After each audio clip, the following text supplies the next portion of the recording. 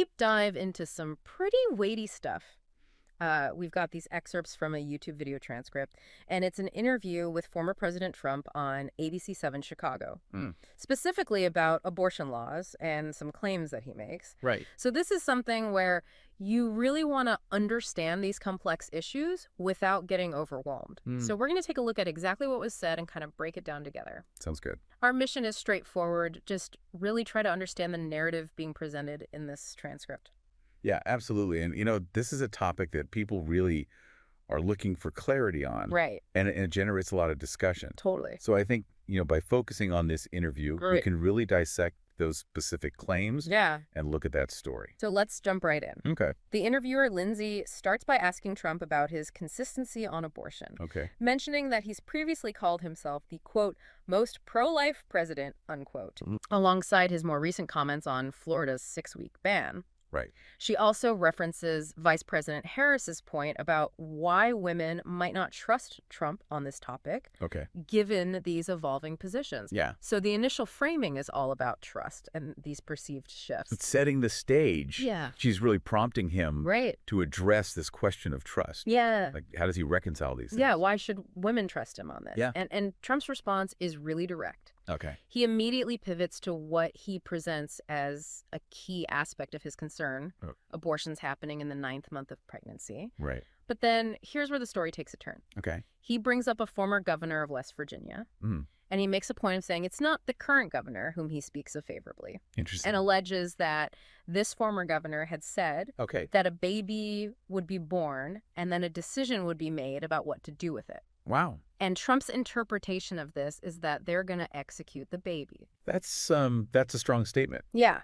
Yeah. I mean, what's interesting here is how he's using this anecdote, this reported statement, You're right. to paint a picture Mm-hmm. of what he believes is happening or could happen. Yes. And, it's important to recognize that this is his understanding, Totally. his framing, Yeah. based on this comment. Absolutely. And he then goes on to characterize Democrats as radical on abortion. Right. And he specifically targets Vice President Harris's running mate, Okay. again, without naming them in this excerpt, Interesting. claiming that they support abortion in the 9th month Mm. and what he calls execution after birth. So he's using some very vivid language. Yeah. It's very shocking. Yeah, I think, in terms of the broader narrative here, Right. he's creating this contrast. Yeah. He's positioning his views in response to what he's portraying as these very extreme Yeah. position Okay. of his political opponents. Yeah. But the fact that there's no names mentioned or Yeah. citations for these claims, Yeah. it It leaves it open-ended. does leave those questions about the factual basis. Yeah, and that leads us to this really pivotal, Okay. albeit abrupt moment in the transcript. The interviewer directly follows up on these claims, Okay. stating there is no state, and then it just cuts off. Oh, wow. So you're just left hanging like, what was she about to say? Yeah, it really suggests that she was about to directly challenge the accuracy of what he was saying. Exactly. That any state would allow for the scenario he described. Yeah.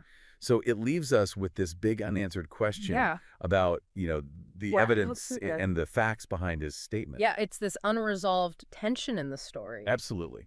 But the interview then shifts to Okay. Trump defending his actions regarding Roe v. Wade. Okay. He expresses a clear sense of accomplishment, Hmm. stating his pride in its overturning and Uh-uh. crediting the, quote, genius, heart, and strength, unquote, of the 6 Supreme Court justices involved. So he's framing this as a victory. Yes, definitely.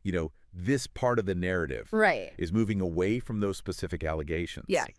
And now focusing on this broader legal and political shift. Okay. The overturning of Roe. Yeah. And he's highlighting his role in it. Yeah, and he's very careful to include his support for exceptions in Okay. cases of rape, incest, and the life of the mother. Right. He even points out that Ronald Reagan held this view and that 85% of Republicans agree. So he's trying to paint a picture of a more mainstream stance. Yes. Maybe even a compassionate one. Right. And counter that perception of being absolutely pro-life. Absolutely. He's trying to broaden the appeal. Yeah, and it adds another layer to the story. Yeah. Then he pivots to this idea that overturning Roe v. Wade returns the issue to the states, Okay. allowing people to vote on it directly. Right. He brings up the votes in Ohio and Kansas as examples. Hmm. And it's interesting that he acknowledges these outcomes were quote, somewhat liberal, unquote, or, quote, much more liberal than people would have thought, unquote. Right, so he's not just cherry-picking Exactly. the outcomes that fit a strict pro-life view. Yes. He's acknowledging the nuance. Yeah, he's supporting the argument Right. that Yeah. this decision rests with the people Exactly. and that there's this element of democratic process. Yes, and he concludes by reiterating this belief Okay. that returning the decision to the states was a, quote, great service, unquote, Mm-hmm. and that it required, quote, courage, unquote, from both himself and the Supreme Court justices. He's framing it as a positive achievement. Totally. So if we look at the complete picture here, Yeah. we've got former President Trump making some very specific and serious claims about Okay. late-term abortions Hmm. and the alleged possibility of executing a baby after birth. Right. He's using this anecdote about the former West Virginia governor's startment to Ah. support this. Oh, yeah. And then he uses this to portray Democrats as extreme. Right. However, the interviewer's immediate and then interrupted response strongly suggests she was going to challenge the factual basis of these claims. Mm. Then Trump shifts to a defense of his role in overturning Roe v. Wade, Right. emphasizing his support for exceptions. Okay. And this idea that abortion laws should be decided at the state level. Yeah.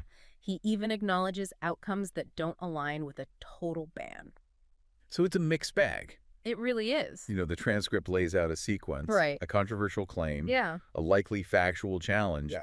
and then this pivot to a broader defense of Right. his actions and principles. So it really highlights the different facets Yeah. of his stance as presented in this interview. Absolutely. You know, this deep dive into this transcript Mm-hmm. has really underscored just how complex and sensitive these Yeah. discussions are about abortion laws. It's a tough one. It's a really tough one. And I think it reminds us how important it is Right. to look closely at those claims Yeah. and really understand the context. Absolutely. So share your thoughts on this by leaving a comment.